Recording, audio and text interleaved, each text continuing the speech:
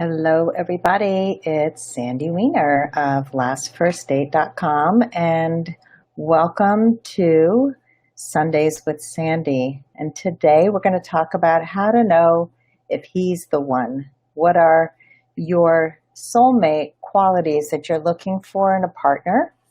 And we often get this wrong. So I wanted to do a Facebook Live tonight based on actually one of my group's questions, which was to discuss the important non-negotiable characteristics when looking for a lifelong marriage partner. And this is a difficult thing to do, but actually it's not so hard when you follow these 5 steps. So what I'm going to do is outline 5 ways to know that he has soulmate or partner potential. The first one is to ask yourself, how do you feel when you're with him? Let me repeat that. How do you feel when you're with him? Do you feel like you're valued or cherished when you're together? So to answer this question, I want you to pay closer attention to what a man does, not just what he says when you're together, because as you all know, actions speak louder than words. Now, you've all heard that, but I want you to really pay attention to this, like amp it up. So if a man says he thinks you're beautiful and you're amazing and he loves spending time with you, but then you don't hear from him for a week, or he sends you a text, but he doesn't ask you out, that's not cool. He's showing you who he is through his actions or his lack of actions. And what about the guy who says he is ready for an exclusive relationship? This comes up a lot. Is he ready for an exclusive relationship? What kind of relationship does he want? So ladies, it doesn't matter what he says, it matters what he does. So if he's flirting with every woman that he passes when you're out, that's not a man who you're going to feel trusting of. So you want to ask yourself, how do I feel when we're together? If your gut is telling you that something is off, doesn't feel good, then it probably isn't. And on the other hand, if you're dating a man and you feel seen and heard when you're together, somebody who respects you, who cherishes you, and you leave every date wanting more, and so does he, then he might have soulmate potential. Number 2, does he have your back? Now, this is really a big one because many of us have been in relationships with men who did not have our back. So is he there for you in challenging times?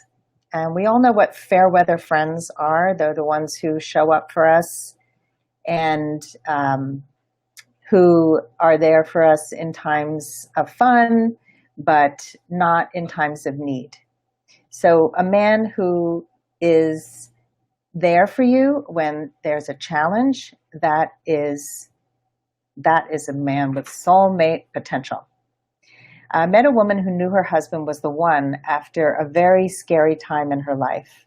There was a dangerous looking man who had entered her store. And when she called her then boyfriend and asked if he could please come to the store to help her, he dropped everything and he zipped right over. In that moment, she knew without a doubt that this man would prioritize her needs and be there in times of trouble. He was a keeper. So if any of you have ever been in a relationship with a man who was there in times of need, in times of trouble, really good sign. Number 3, do you share common goals and values? So know what your common goals are, what your goals are before you enter any relationship. It's really important to know what are your values, what are your goals in life, and share those with a man so that you know whether he has soulmate potential. You want to have the same basic goals. For example, you both love living in the city. And you both prioritize spending time with family. That's a value. You share the same vision about how you want to be in retirement. That's a big one when you are getting to be over 50 or 60. People have very different ideas about what retirement looks like. This is an important question to bring up. important topic to bring up with somebody that you're dating seriously. How you want to spend your time, how you want to spend your money, how, what's important to you.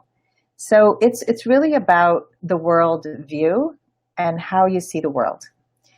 And so here's something that I want to say is that we often think that somebody looks good on paper, like they are similar to us religiously.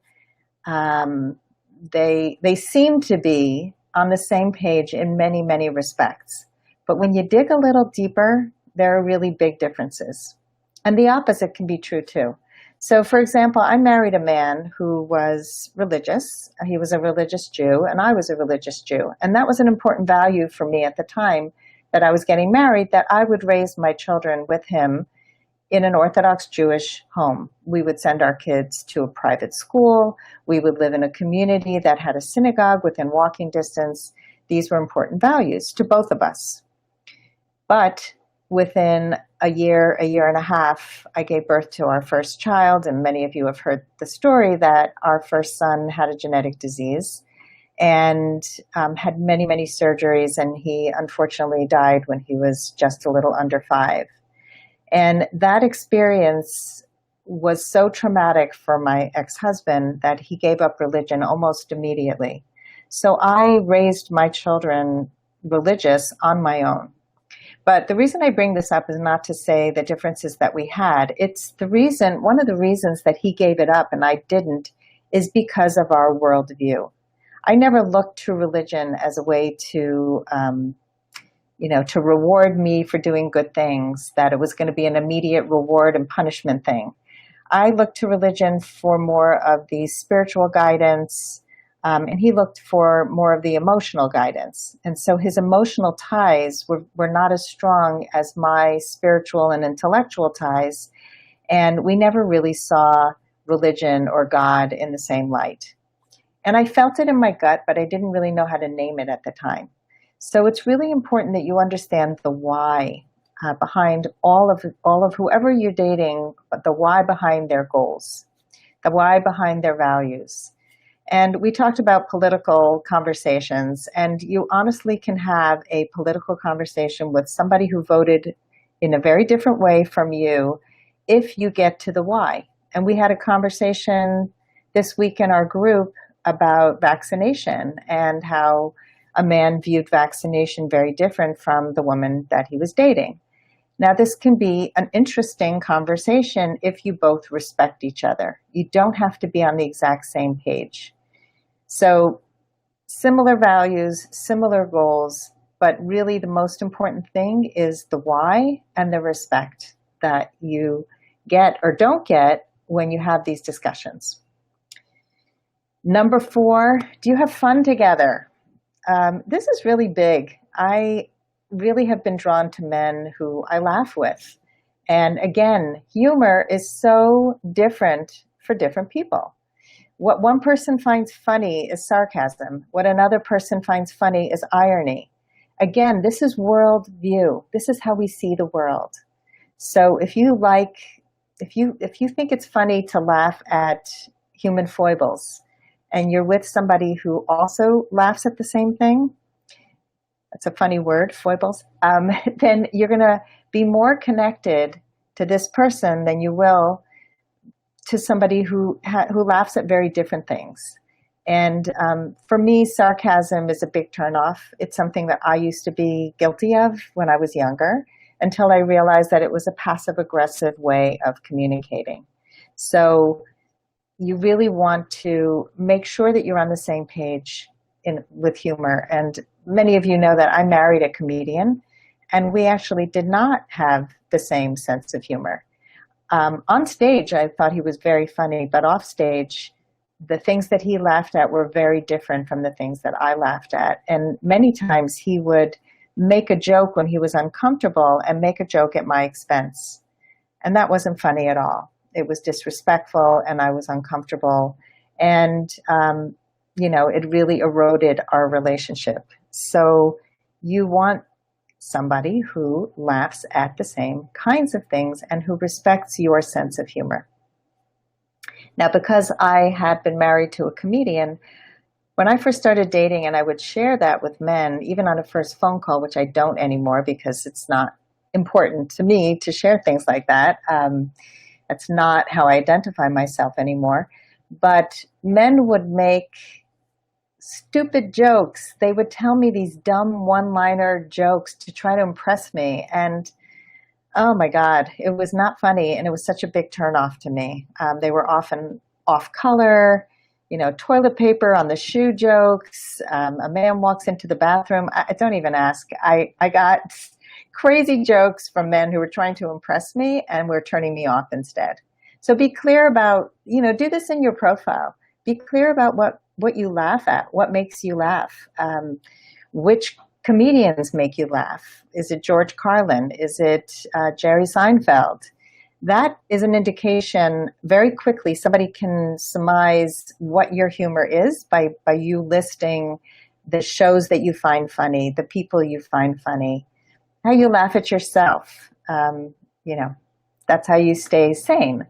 So, okay. And number 5 is, how do you feel when you're not with him?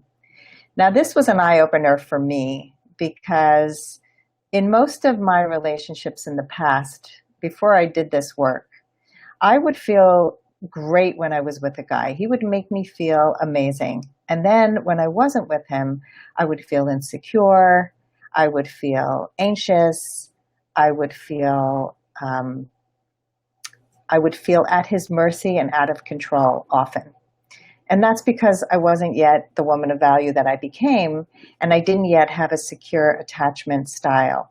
So my attachment style, for all of you who know about attachment theory, my attachment style was anxious attachment. And so I would attach to men who really were not paying enough attention to me. And when we were apart, I would freak out. And that's not healthy. So when you are in a healthy relationship, you feel his presence when you're not with him. You are secure that your relationship is good when you're with him and when you're not with him.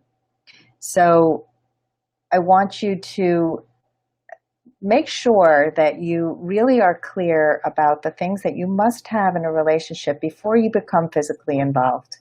Because sex makes you a little bit stupid.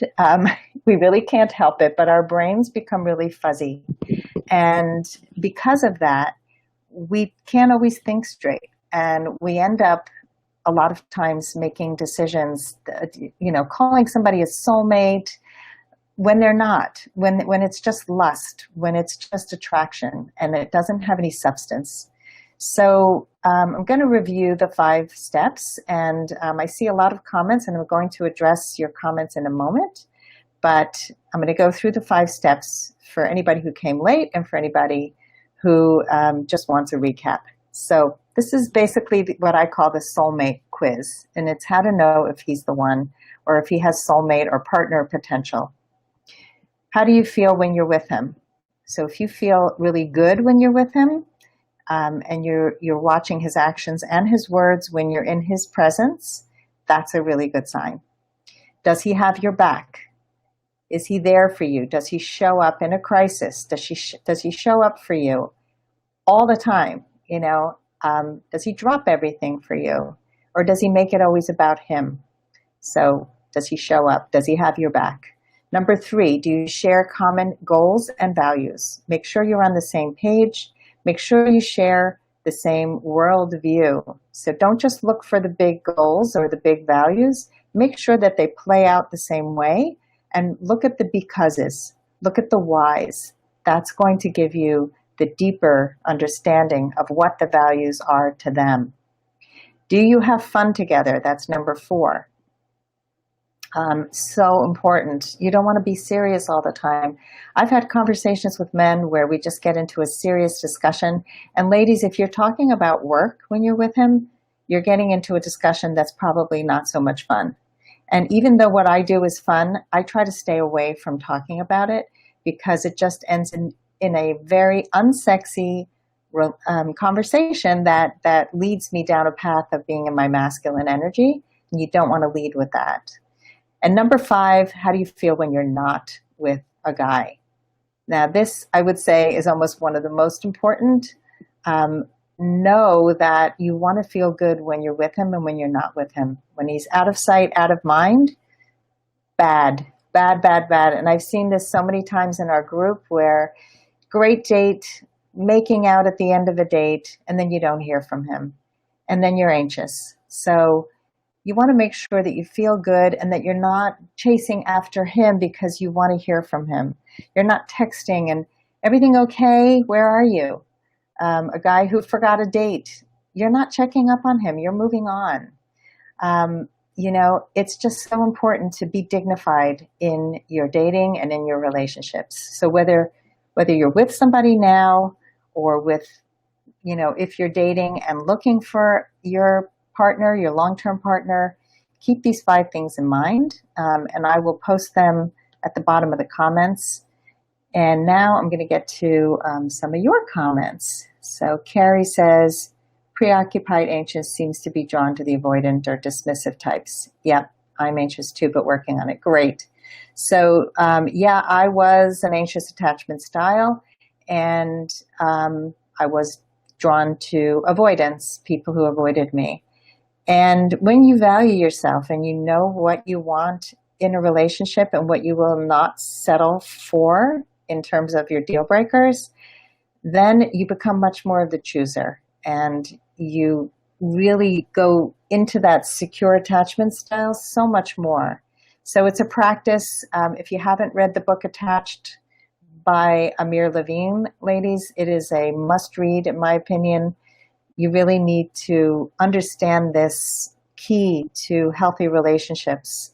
Because if you keep getting stuck in chasing men who don't want you, you will be so frustrated for the rest of your dating life unless you start to make those shifts. And hello, Wendy. Hello, Mary. Gosh, isn't that the truth? Yes, I don't like sarcasm. I like dark humor and slapstick humor. That's great, Carrie. So, if you're putting it in your profile, then think of an example of dark humor and slapstick humor. Maybe it's more Three Stooges than, I Love Lucy. Those are 2 that come to mind. So, maybe there's a comedian who you don't like, so you can say more I Love Lucy than Louis C.K. or something. I don't know. But, it's important because people relate to that. Hi, Sonia. Hi, Anita. Hi, Kelly. Hi, Leslie. Wendy. Who else is on? That's everybody. So if you have a question or a comment, write it now so that I can answer while I'm still live. Otherwise, I am going to sign off in a moment because I'm exhausted. I see 2 more comments here. For the first time in my life, Kelly says, I am not anxious when we're apart. That's awesome. And I love how you updated your profile picture with him. This is the first I've seen of him, and he's a cutie. So, great updates about your relationship. You're speaking up about what you want and need. And ladies, please read what Kelly posts because there are a few of you who are in healthy relationships. And I love that you're sharing because it's important for other women to see this is how you achieve healthy relationships. You can go through a lifetime of unhealthy, unsatisfied relationships, unsatisfactory relationships.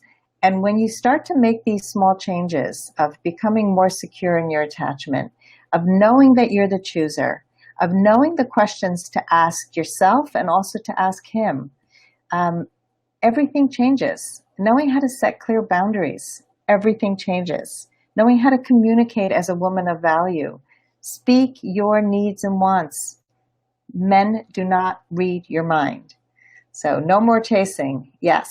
Thank you, Carrie. And Mary, you're welcome for the weekly sessions. Leslie, chasing is masculine. If we are chasing after them and trying to make something happen, it's the doing. And so the doing is a masculine thing. And I want to share with you that one of my clients is close to getting engaged, and she needs to know in her mind, she wants to know, that they're going to get engaged soon so that she can make plans for next year because she's a teacher. And so should she prepare for her school, or she might be moving to another country? And how does she prepare for that, if she doesn't know? And so she was getting so anxious. Why hasn't he proposed to me yet? I need to know. I need to make plans. I got to pack up my whole house. I was like, frantic. So I slowed her down, and we looked at some other ways that it could play out. So what if he doesn't propose to you this month? What if he proposes to you in a month or 2 or 3? What if you have a commuter marriage? If you got married in the fall and you stayed where you are and he stayed where he is and you saw each other over long weekends? The point is that if you're trying to make something happen, you're in your masculine, you're trying to control the outcome, and almost nothing good comes of us trying to control the outcome. So really have to let go of the outcome and be open to those magical moments when things can happen and can unfold in ways that we don't even expect. So Valerie, I see you have a question. What if all those things are true there, but no sparkle, will it come? So if there's no sparkle, well, I'm imagining there's no attraction. If there's no attraction, zero attraction, then it's not going to grow. If it's at a 6 and you want it to be at a 10, then it can grow, possibly, if all the other stuff is there. If you're having fun and you're enjoying his company, sometimes it can grow, but not from a 0 to a 10.